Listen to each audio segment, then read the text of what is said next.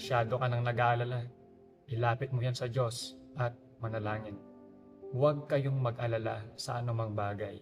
Sa halip, ilapit sa Diyos ang lahat ng pangangailangan nyo sa pamamagitan ng panalangin na may pasasalamat.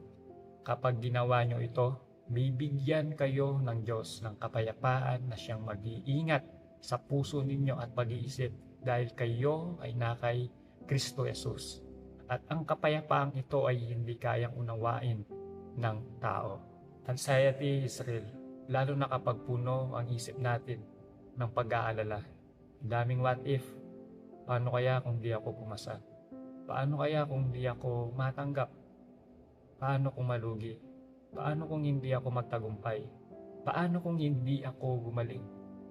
Alam niyo po, dumarating ang panahon sa buhay natin na mas nananaig pa ang takot o pag-aalala kaysa pananampalataya. May mga gabing hindi makatulog sa sobrang dami ng iniisip. Nawawalan tayo ng kapayapaan.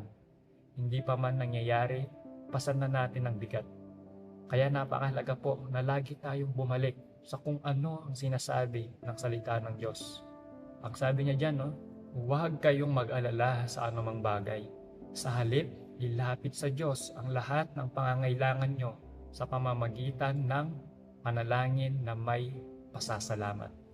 Hindi niya sinabi dyan na takasan ang problema. Ang sabi niya ay ilapit sa Kanya ang lahat.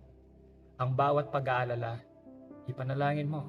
Ang bawat takot, isurrender mo. At anong sabi niya? Kapag ginawa nyo ito, bibigyan kayo ng Diyos ng kapayapaan na siyang mag-iingat sa puso ninyo at pag-iisip dahil kayo ay nakay Kristo Jesus at ang kapayapaang ito ay hindi kayang unawain ng tao. Huwag mong akuin mag-isa, kapatid. May Diyos na handang makinig, gumabay at magbigay ng kapayapaang hindi kayang ibigay ng mundo.